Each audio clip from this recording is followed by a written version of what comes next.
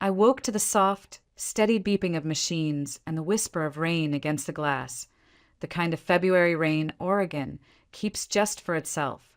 Thin, relentless, and patient. The guest wing of our house had been stripped of personality and turned into a small clinic.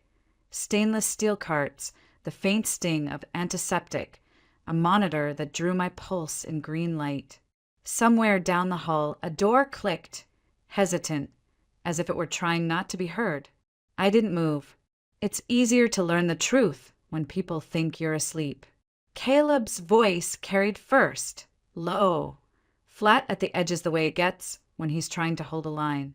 Another voice answered, a man's, the syllables careful, professional. I caught only pieces, the way words drift through a doorway and break apart. Platelets, refractory, 3 to 4 weeks at most, unless the pause stretched, unless there's a miracle. The word fell into the quiet like a coin into deep water and kept falling. It wasn't the first time I'd heard it, but this time it sounded like a verdict. I stared at the ceiling and counted my breaths, 4 in, 6 out, pretending I was the one in control. It's a game the sick play with themselves. Control the breath, control the tremor in your hands, control the way your thoughts swarm when a stranger places a time limit on your life. The room smelled faintly of rosemary from a new shampoo the night nurse had left on the windowsill. Someone's small kindness, and under it the clean, metallic scent of saline. The rain tapped harder. Footsteps came closer. I closed my eyes a second too late. The door opened. Light thinned through my lashes. Caleb stopped beside the bed and did what he always does when he thinks I'm asleep. He touched my hair like it might shatter, then my wrist, counting the beats he could already see on the monitor. His palm felt colder than the room. "Hey!" he whispered to the air more than to me. "I'm here." He was always here and yet not. The company followed him like weather, emails, calls, board members who said his name with their own plans baked into it. Lately, their voices had grown sharper. Lately, everything had. He dragged the chair closer. The scrape of its feet on the wood made me want to apologize for the floor. I kept my breathing even. There was a time when I filled silence for both of us, when I came home with stories from the lab, when science felt like a clean, bright language we both spoke. Now, sentences arrived in fragments. Side effects, markers, decline, words that didn't mean anything until they did. "They're wrong," he said after a while, so quietly I almost missed it. "They have to be." The bed hummed, some subtle adjustment as the compressor shifted. The house clicked and settled the way old houses do in the rain. I wanted to tell him I didn't need a miracle. I needed a morning without the taste of metal in my mouth. I needed one ordinary walk to the kitchen without the half-flight turning into a mountain. I needed him to stop looking at me like I was a problem he couldn't solve. I wasn't sure what I needed. Maybe that was the point. Somewhere in the hallway, a phone vibrated against wood. He didn't answer. He stayed, counting, watching, as if vigilance itself could hold me in place. In the darker hours, I have learned to inventory small things because small things still belong to me. The damp curl of hair at my temple. The sting at the foresight that fades if I breathe through it. The rain's tempo shifting from quick to slow, like a metronome changing its mind. The faint citrus on Caleb's cuff because he forgot to rinse the cutting board after slicing an orange before he came up here. The way the air moves when he stands, even before he stands. The way he hesitates at the door, a man arguing with an empty room. "Tomorrow," he said finally, to the window or to me or to himself. "We try something else tomorrow." He clicked the lamp off. The hall swallowed him. His footsteps, 3, then 2, then none, disappeared into the house. When the quiet returned, it felt heavier, like it knew more than it wanted to say. I opened my eyes. Out beyond the glass, the firs were black strokes against a sky the color of slate. The valley below layered in damp, silver air. Our life used to be meetings and flights and calendar blocks. 2 people who believed in data and the clean certainty of results. We planned years and numbers. We quantified hope. Now strangers came into our home and adjusted my hope with their hands. 3 to 4 weeks, the voice had said. I pressed my lips together and tasted the sweetness of the rosemary shampoo. I could almost laugh at that, my body failing its scale, and here I was cataloging a fragrance note like a line in a paper. But the brain keeps what it can. It keeps rain. It keeps the lamp's soft circle cooling on the wall. It keeps your husband's hand cold and careful around your wrist. It keeps a sentence broken in half and the part after the pause. Unless the monitor ticked on. I turned my head a fraction and watched the green line climb and fall. Climb and fall. A little more effort in each peak than yesterday. Not a miracle. A graph. I have always trusted graphs. I let my eyes close again and pictured the space behind them. The dark shape of the valley, the ridgeline, the thin path you take when you can't see the end but you walk anyway. Tomorrow, he said. The word sat where I could reach it. I held it in my mouth like a small stone and waited for sleep to find me. And if it didn't, I would count the rain and the seconds between the beeps and the breath going in and the breath coming out, because tonight I was still here. Tonight I could hear the storm and name it. Tonight the sentence had an unless, and that was enough to turn the door's soft click into a promise. By morning, the rain had thinned to a mist that clung to the glass like it couldn't quite let go. I drifted in and out of shallow dreams, the kind where your mind keeps replaying the same sound. Footsteps in a hallway, the shuffle of papers. But each time you turn the corner to see who's there, you wake instead. The nurse came and went, her movements soft and practiced, as if she'd trained herself to be invisible. She adjusted the 4-line, checked the monitor, left without asking questions I couldn't answer. I heard Caleb's voice again before I saw him. It was sharper now, stripped of the low reassurance he'd used last night. I don't care about the optics, Robert, he said somewhere near the front of the house. She's not a contract, she's my wife. That makes her my priority. The reply was muffled, a man's tone clipped with the kind of patience that's really irritation in a suit. I didn't need to hear the words to know the shape of the conversation. They'd been circling the same battlefield for weeks. The company, the board, the quiet suggestion that if I was going to die, he should at least die with his position intact. When he finally came in, he'd smoothed his voice back into something calm, but his jaw betrayed him. He tried to smile. "Morning," he said, leaning down to brush his lips against my temple.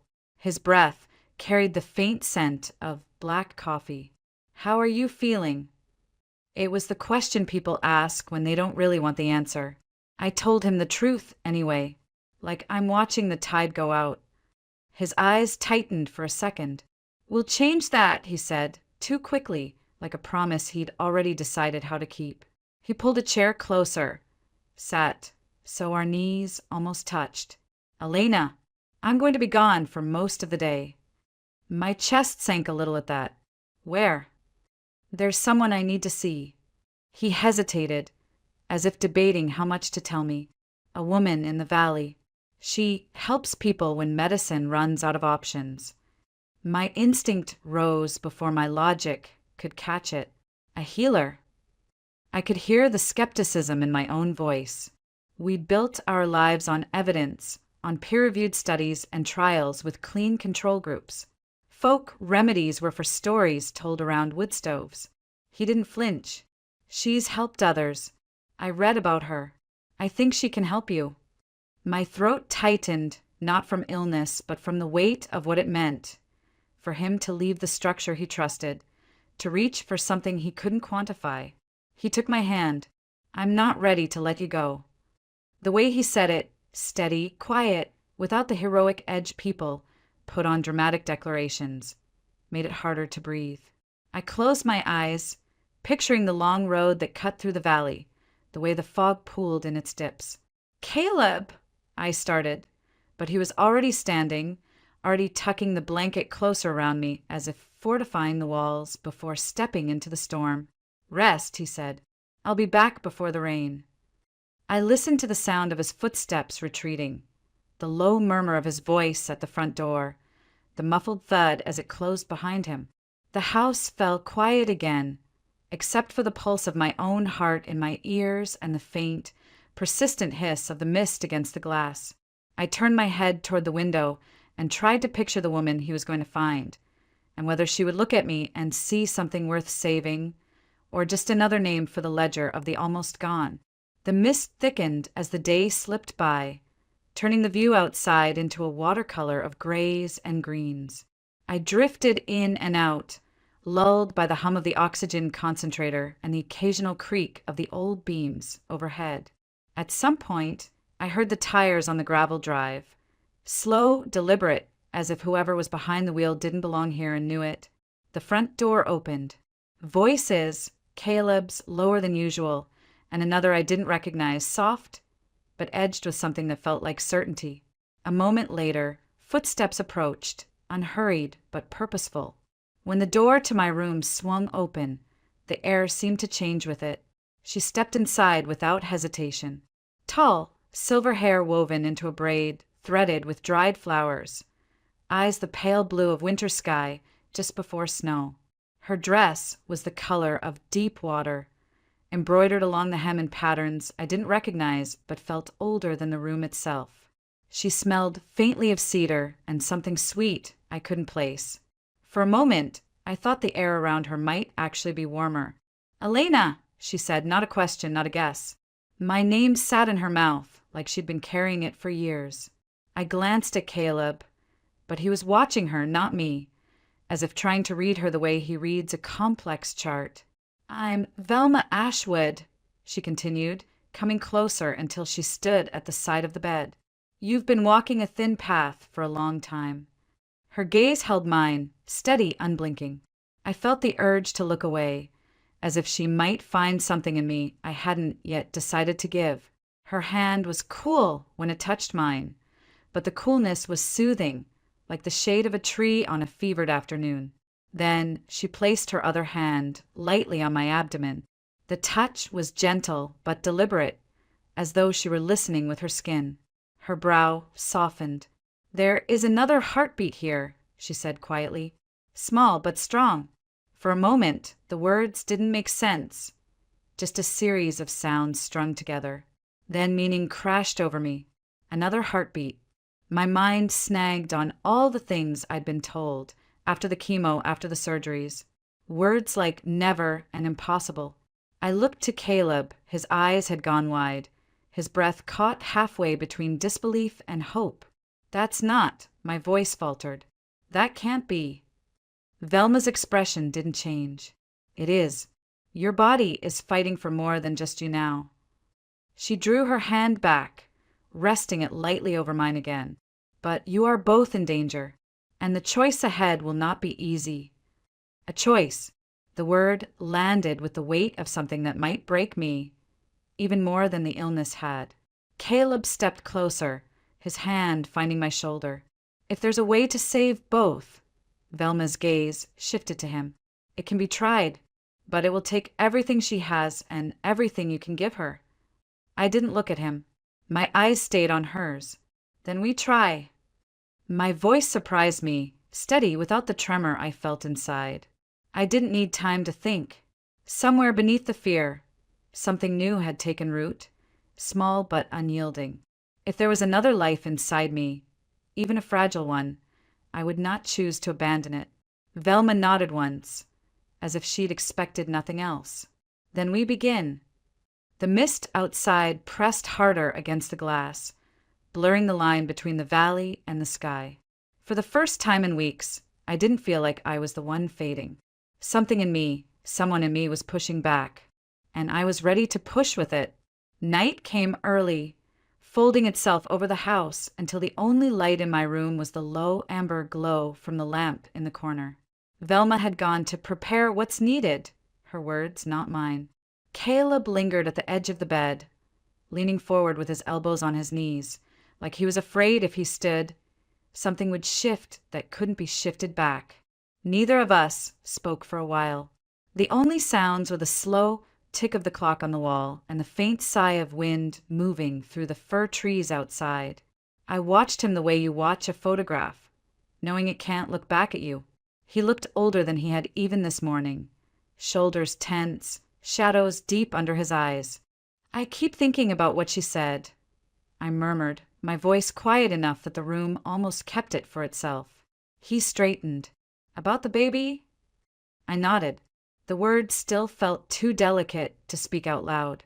Caleb, we've been told over and over that it wasn't possible.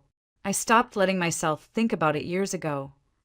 My fingers twisted in the blanket. And now, if she's right, if this is real, his hand found mine, warm this time, his thumb brushing over my knuckles. Then it changes everything. It changes nothing, I said quickly, surprising us both. I'm still sick. You're still fighting the board. We're still here, waiting to see which breaks first, my body or your company. The corner of his mouth twitched, almost a smile, but not quite. Then we hold both together. I let out a breath I didn't know I'd been holding. I wanted to believe him. I wanted to believe that holding on was enough. But in the quiet, I could still feel the unspoken, the risk Velma hadn't dressed up in hopeful language, the reality that saving one life might cost the other. Before I could say more, a soft knock came at the door. Velma stepped inside, carrying a small bundle wrapped in deep green cloth. She moved like the light around her bent to let her pass. Setting the bundle on the bedside table, she unwrapped it to reveal small pouches of dried herbs, glass jars of amber liquid, and something that looked like polished river stones. We start tonight, she said simply. Your body is tired. It needs to remember what strength feels like before it can share it. She glanced at Caleb. You'll help. He stood, no hesitation. Velma poured something dark and fragrant into a ceramic bowl, steam curling upward with the scent of earth after rain. Breathe this, she instructed, holding it near. Let it settle in you. Don't force it. Let it find its way. The first breath was strange, sharp, bitter, almost metallic. But then it softened, and a warmth spread through my chest. My eyelids felt heavier, but not in the way of exhaustion. More like sinking into a warm lake. Velma's voice came from somewhere, just above me. This is not about defeating the sickness. It's about remembering that you are more than it. Caleb's hand was at my back, steady, as if anchoring me to the bed and to him. I closed my eyes, let the warmth drift further in, and thought of the second heartbeat Velma claimed to have heard. I didn't know if it was strong or fragile, real or imagined. But I knew one thing. For the first time in a long time, I wasn't bracing myself for the next wave to pull me under. I was holding on to something, and it was holding back. By the next morning, the house felt different. I couldn't explain why. Nothing visible had changed. The same filtered light spilled through the curtains. The same faint hum of the equipment kept time with my breathing. The same scent of rosemary and antiseptic lingered in the air. But there was a stillness I hadn't felt in weeks, a sense that something was waiting. Velma came in just after sunrise, her hair loose now, silver waves falling over her shoulders. She moved to the window and opened it halfway. Cold air swept in, edged with the smell of damp earth and cedar. The room needs to breathe, she said, as though it were as alive as I was. She carried over a steaming mug and set it on the nightstand. The surface of the liquid was a deep, reddish brown, flecked with bits of leaf and bark. Sip slowly. It will taste bitter. It did. The flavor clung to my tongue like dark chocolate gone wrong. But as it slid down, it left behind a surprising warmth, not just in my throat, but in my fingers, my toes. Caleb appeared in the doorway a few minutes later, his hair damp from the shower, shirt sleeves rolled up. How is she? Velma didn't turn. Stronger than yesterday. His eyes flicked to me. You look different. I wanted to ask better or worse, but I held the words back. Instead, I said, I feel here. More here than I did yesterday. Velma glanced at me then, her eyes narrowing like she was confirming something. That's the beginning. But we have to keep the rhythm steady. No sudden movements. No shocks to the system. As if on cue, footsteps echoed in the hall. Sharp, measured, unmistakable. Eleanor. Even before she appeared, I could picture her. Spine straight, chin lifted, eyes scanning the room like a judge entering her courtroom. She swept in wearing a tailored coat, the kind you wear even indoors to make a point. Her gaze landed on me first, softening just enough to pass for concern. Then she saw Velma and froze. For a heartbeat, neither spoke. Then Eleanor said, very slowly, "I know you." Velma didn't flinch. "We've met, though it's been many years." Eleanor took a step closer, studying her face as if searching for proof in the lines time had left. "You're the woman who came for my mother. The one everyone said was a story she made up." "I'm not a story," Velma said quietly. Eleanor's lips parted, but no words came. I watched her carefully. This was a woman who never lost her footing, yet something in her posture shifted, as though the ground beneath her had tilted. Caleb looked between them. "You've met before?" Neither answered him directly. Velma's gaze stayed on Eleanor. "Your family has called on me before, and now it calls again. 3 generations, always for the same thing. Life when it seems impossible." I felt the chill from the open window deepen, though the morning sun was rising outside. For the first time, I wondered if my place in this house, this family, was part of something bigger than choice or chance. Eleanor's eyes flicked to me, unreadable. "If you're here for her, then do what you came to do." She turned sharply and left the room, her heels striking the floor like punctuation marks. Velma closed the window halfway, muting the cold, and looked at me. "The circle tightens," she murmured. "We keep moving." I didn't know what that meant exactly, but I could feel it, the tightening, the way the air seemed to coil, waiting for what came next. And for the first time in days, I wasn't afraid of what that might be. The days that followed blurred into a pattern, each one stitched together by Velma's quiet rituals and Caleb's steady presence. Mornings began with the bitter tea, afternoons with a slow walk, if you could call it that, from the bed to the armchair by the window. Velma said the change of view mattered. That light carried its own medicine. I didn't argue. The valley outside was shifting with the season. The firs stayed dark, but the maples along the slope had traded their bare branches for tight buds, hints of green that would open if the weather held. I found myself watching them, almost willing them forward. If they could turn toward spring, maybe I could, too. Sometimes Velma would work in silence, grinding herbs or warming oil, the rhythmic scrape and swirl of her hands filling the room with a scent that was both earthy and sharp. Other times, she hummed under her breath, low, unhurried melodies that seemed to pull my thoughts into calmer waters. Caleb joined in when she asked, learning how to press along the arches of my feet or trace the lines of my palms with oil that smelled faintly of citrus and pine. One afternoon, as he worked, I caught him looking at me not with worry, but with something like recognition, like he'd found the part of me that had been slipping away and was holding on to it. But outside the walls of that room, the world didn't wait. I knew it from the way Caleb's phone would vibrate on the nightstand, from the short, clipped conversations he took in the hallway. He didn't bring the details in, but I could read the lines in his face. The board was restless. The company he'd built, the one that had paid for every treatment I'd had, was becoming a battlefield. That night, when Velma left to let me rest, I asked him, "How bad is it?"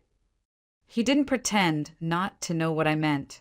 Bad enough that they think taking me out will fix it. And will it? His mouth tightened. "It'll make it worse. But they're not interested in worse. They're interested in control."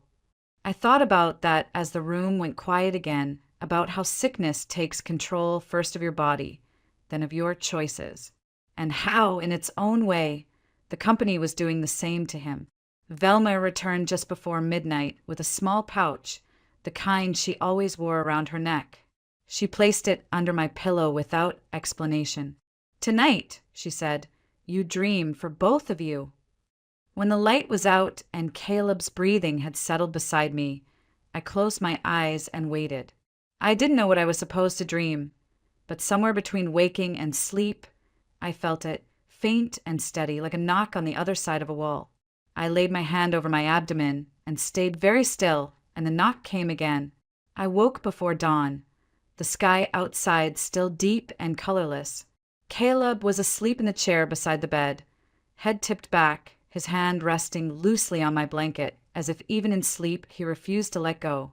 The pouch Velma had placed under my pillow was warm to the touch, though I was certain it hadn't been near any source of heat.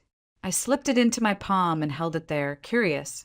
The faint scent of cedar and something sharper, juniper, maybe, rose from the fabric. For a moment, I wondered if I'd imagined the heartbeat in the night, if it had been nothing more than the mind grasping at hope. But then I remembered the way it had pulsed against the quiet, unhurried and certain, like it belonged here. Velma appeared in the doorway as if she'd been waiting for me to wake. "You felt it," she said, not a question. "Yes," I whispered. She nodded once, stepping into the room. "That's the thread we follow. The child will fight, but only if you keep your end of the cord strong." Caleb stirred then, blinking at the light creeping in around the curtains. "What's happening?" Velma didn't look at him. The beginning of the second path. She set a small clay bowl on the table, its surface painted with a pattern I didn't recognize. "Today will be harder. She will tire quickly. You stay close." "I'm not leaving," Caleb said, the edge in his voice more vow than defense.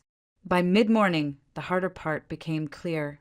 Velma guided me through a slow sequence of movements. Nothing dramatic, but each one felt heavier than it should have. Rolling my shoulders, lifting my arms, turning my head. It wasn't pain that slowed me, but the sense that every gesture carried weight from somewhere else. "Don't force it," she reminded. "Let the body open at its own pace. If you tear the thread, we start again from nothing." I caught Caleb watching me, his jaw set. I knew that look. It was the one he wore when something inside him was breaking, but he refused to show it. By late afternoon, the clouds had thickened, turning the windows into mirrors. I was sitting by the fire when the crunch of tires on gravel cut through the quiet. Caleb rose quickly, glancing at Velma. She didn't move, only tilted her head as if listening to something far off. Moments later, the front door opened and Eleanor swept in, coat unbuttoned, a thin line of wind following her. But she wasn't alone. A man in a tailored suit stepped in behind her, carrying a leather briefcase polished enough to reflect the firelight. "Mitchell Hargrove," Eleanor announced, her tone clipped. "He's here to discuss the company's future." Caleb's shoulders went rigid. "This isn't the time." "It's exactly the time," Mitchell said smoothly, his eyes sliding over to me with a glance that was polite but distant. "We all have a stake in what happens next." Velma's gaze sharpened, though she didn't speak. I could feel the air in the room change again, thicker, heavier, as if the conversation about to unfold would decide more than just the fate of a company. And for the first time, I wondered if my fight to survive and Caleb's fight to keep control were part of the same battle. Mitchell didn't sit right away. He lingered by the fire, warming his hands as though he had all the time in the world. His presence was deliberate, measured movements, voice low and smooth, the kind of man who never raised his tone because he didn't need to. People leaned in to hear him. "I'll be direct," he began, finally turning toward Caleb. "The board is unsettled. They've lost confidence. They believe your personal situation is compromising your judgment." Caleb didn't move, but the heat in his eyes said enough. "My personal situation has nothing to do with the company's stability." "That's not how they see it," Mitchell replied, his gaze flicking briefly toward me, as if I were a liability on paper rather than a person in the room. "They're looking for a transition. Quiet, clean, and quick." Eleanor, still standing near the door, said nothing, but the way she clasped her gloves together told me she was not an impartial observer. Caleb's jaw tightened. And you? Where do you stand? Mitchell gave a faint smile. I stand where the company survives. He opened the briefcase, removing a thin stack of papers. Sign this, and you retain a symbolic role. They'll handle the rest. You can devote your time to family matters. Velma moved then, slow and deliberate, placing herself between the fire and Mitchell's shadow. You bring this into my space, she asked, her voice low but cutting. This isn't your concern, Mitchell said flatly. It is, Velma countered, when the sickness you're feeding tries to take root here. Something in his expression faltered, just for a second, before the practiced calm returned. He set the papers on the mantel. Consider it. The longer you wait, the harder it will be to salvage anything. Caleb didn't answer. Mitchell took the silence as dismissal, snapping the briefcase shut and heading for the door. Eleanor followed him out, her heels clicking against the floor like a metronome marking the tension he left behind. When the door closed, Velma turned to Caleb. You can't fight for both at once. One will take the other down. His eyes met mine, the weight of the choice pressing into the space between us. I felt it too, that impossible pull to save everything, knowing something would have to be lost. Later, when Velma had gone and the house was quiet again, Caleb sat beside me, his elbows on his knees. If I let them take it, they'll use it for everything we built it to fight against. I reached for his hand, and if you don't? His gaze drifted to the fire, the flames catching in his eyes. Then we both have to make it out alive. There was no promise in his voice, no false comfort, just the truth and the faintest thread of determination, the same thread I felt in myself, tightening with every breath. That night, the wind rose hard against the house, rattling the old panes in their frames. I couldn't sleep. Caleb was in the chair again, his head bowed over his clasped hands, the fire reduced to a faint glow. The papers Mitchell had left were still on the mantel, untouched. Velma came in just before midnight, a wool shawl draped over her shoulders. She didn't speak at first, only poured a dark liquid into a small cup and handed it to me. Tonight, you need to go deeper, she said. There are things inside you still holding back. I drank, the taste sharp enough to make my eyes water. Heat rolled through my chest, then spread outward, until I felt as though I could hear my own heartbeat in my fingertips. Velma pulled a chair closer to the bed. Tell me, she said softly, what is it you're afraid to see? The question hit harder than the drink. Images flickered through my mind, sterile hospital rooms, the sound of monitors flatlining, Caleb's voice over the phone telling me don't give up, and the endless, grinding days when giving up had seemed like the only honest option. I'm afraid, I said slowly, that even if I survive this, I won't be the same, that the woman he married is already gone. Velma didn't look away. Then you stop trying to be her. You become someone else, someone who doesn't need to be carried. Her words settled into me, heavy but warm. I realized I'd been clinging to the idea of going back, when maybe the way forward meant becoming something unrecognizable to the woman who had first walked into this house. The fire popped, a log shifting. Caleb lifted his head. You're not gone, he said quietly. You're here. That's all that matters. I wanted to believe him, but outside, the wind roared harder, as if reminding me that being here was only part of the fight. By morning, the storm had passed, leaving the valley scrubbed clean.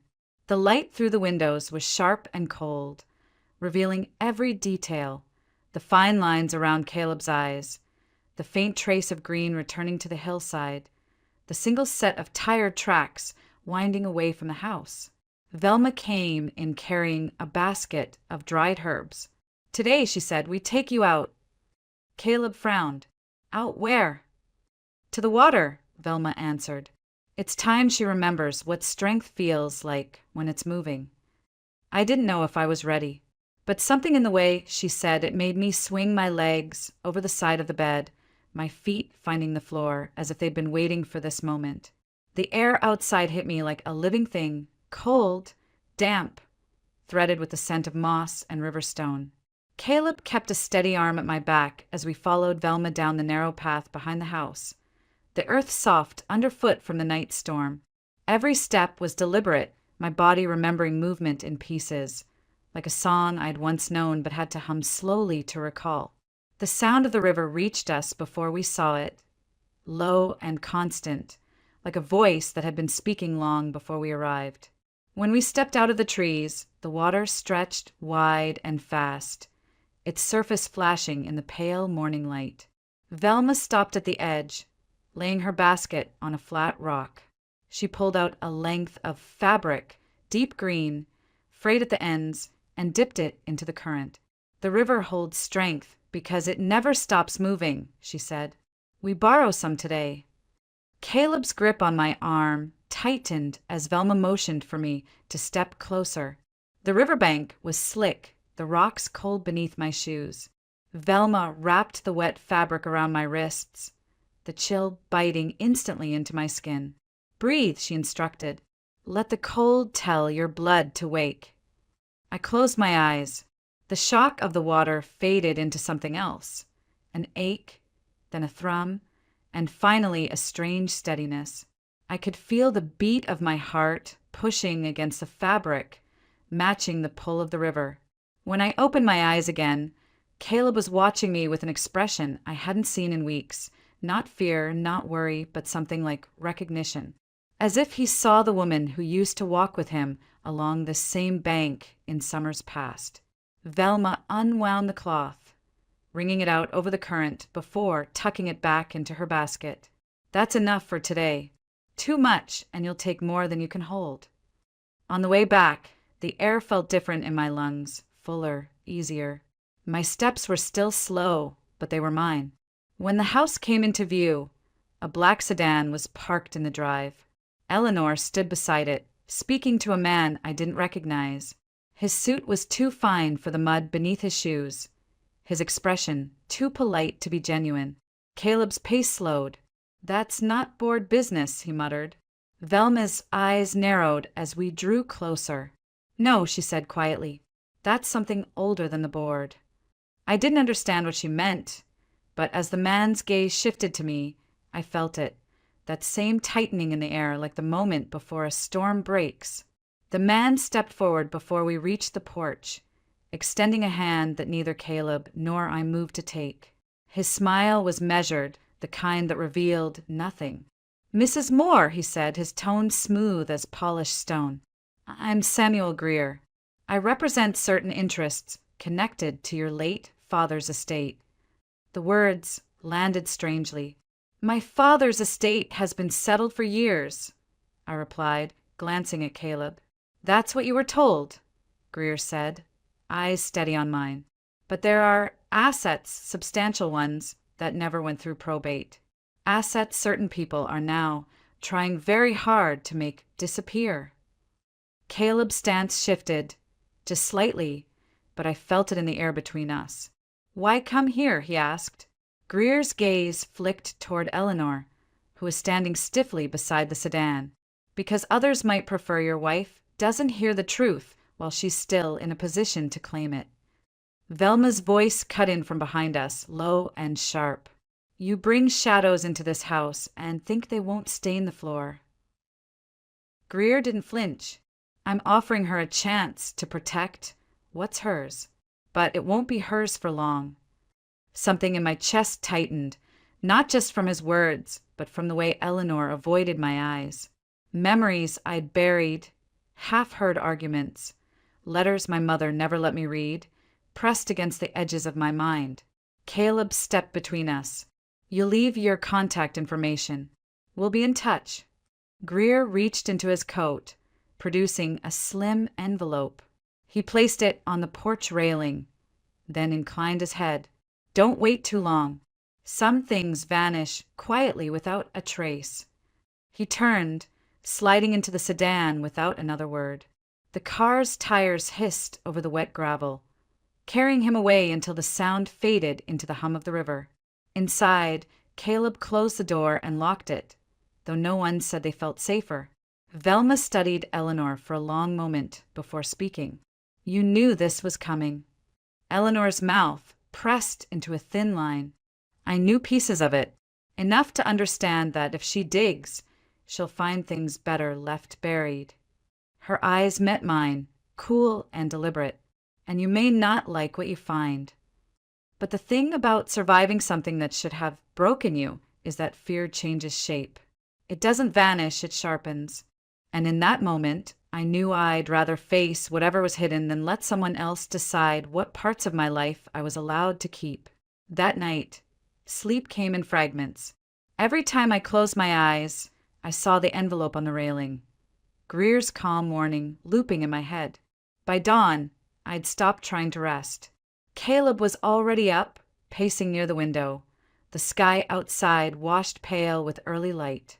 I think you should call him, I said. He turned, surprise flashing across his face. You don't even know what's in that envelope. I know enough, I answered, and I'm tired of everyone else deciding what I should be told. Velma appeared in the doorway, a steaming mug in her hands.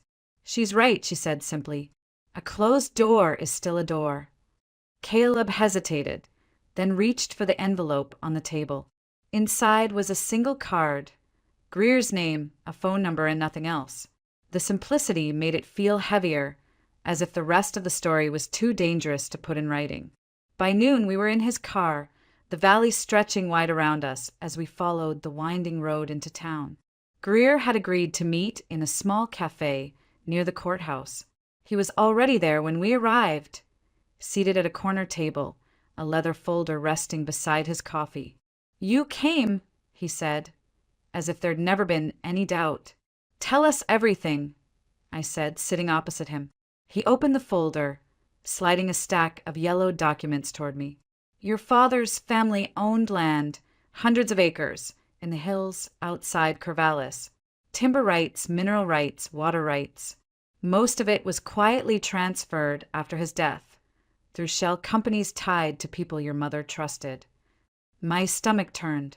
And Eleanor? Greer's mouth tightened.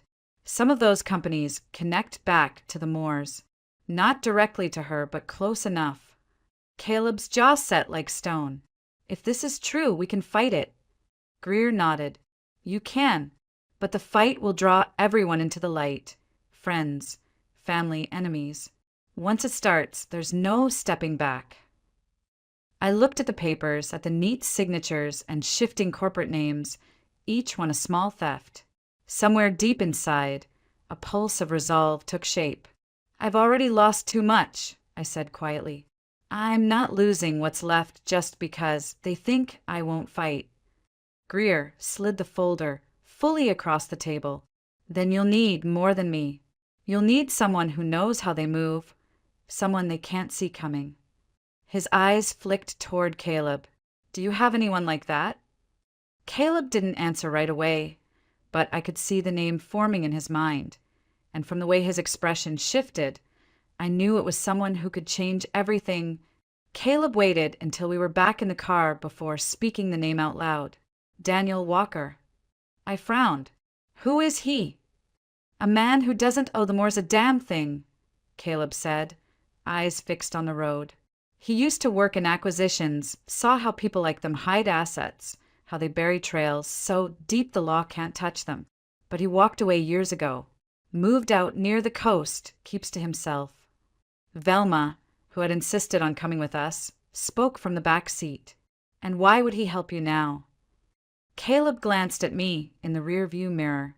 Because once, a long time ago, I kept him from losing everything. He told me if I ever needed to call in that favor, I'd know when the time came. We drove for hours, the landscape changing from the quiet folds of the valley to the salt-stained edges of the Pacific. The air grew sharper, carrying the tang of the ocean long before we saw the water. Daniel's place was set back from the road, a weathered cabin facing the cliffs. He was on the porch when we pulled up, a tall man with wind-burned skin and eyes that seemed to measure everything in silence before deciding whether it mattered. Caleb, he said, voice rough as gravel. Didn't think I'd see you again. You remember what you told me, Caleb replied. That day in Portland. Daniel's gaze shifted to me, then to Velma, then back to Caleb. Looks like you've stepped into something big. Caleb didn't sugarcoat it. He told him about Greer, the land, the companies, Eleanor's shadow in the background. Daniel listened without interruption, his expression unreadable. When Caleb finished, Daniel leaned against the porch rail. You're talking about a fight that won't end in court. People like that, they don't just give up. They close ranks. They erase you. I'm aware, Caleb said. Daniel's eyes settled on me. And you? You're ready for that. I held his stare. I've already been erased once. This time, I decide what gets written back. For a moment, the wind was the only sound. Then Daniel nodded slowly. All right, but if we do this, you'll have to walk through some ugly truths. About them, and maybe about your own family. The chill in the air deepened, but inside I felt something burn steady. A quiet, defiant heat. Because whatever those truths were, I was done being the last to know. Daniel didn't waste time. Inside his cabin, maps were spread across a long work table, their edges weighted down with smooth stones. Some showed the coastline, others the deep green sprawl of Oregon's interior, marked with neat red circles. These, he said, tapping the circles, are parcels that used to belong to your father's family. Most were sold under questionable circumstances, transferred through holding companies registered out of state. Follow the money far enough, and you'll find the same 5 or 6 names popping up. Caleb leaned over the table, and the Moores are connected. Daniel's mouth curved without humor. Indirectly, they're careful. The trick is catching the moment they move something, because in that moment they're vulnerable. I traced a finger over one of the circles. So how do we catch them? Daniel's eyes met mine. We make them think they've already won, that you're walking away. People who think they've secured their victory get sloppy. Velma crossed her arms. You're talking about baiting them. Exactly, Daniel said. You disappear for a while. Let them believe you're broken, ready to settle for whatever they offer. In the meantime, I dig. And when I find the leverage we need, you come back swinging. Caleb looked at me, waiting for my reaction. I thought about Greer's warning, about Eleanor's cool gaze on the porch. They already believed I wouldn't fight. Maybe the most dangerous thing I could do was let them believe it a little longer. I can do that, I said finally. But when we come back, we don't stop halfway. Daniel nodded once, the decision sealed. Then we start now. You'll need to leave tonight. Go somewhere they can't track you. No calls, no emails, no paper trail. I'll reach out when I'm ready. The gravity of it settled over me, but it didn't feel like fear. It felt like stepping into the river that morning. Cold, shocking, and then steady. As the sun dipped low, we stood on the cliff behind Daniel's cabin, the Pacific stretching out in a restless expanse. Caleb's hand found mine, warm against the bite of the wind. They won't see you coming, he said quietly, and for the first time in a long while I believed him.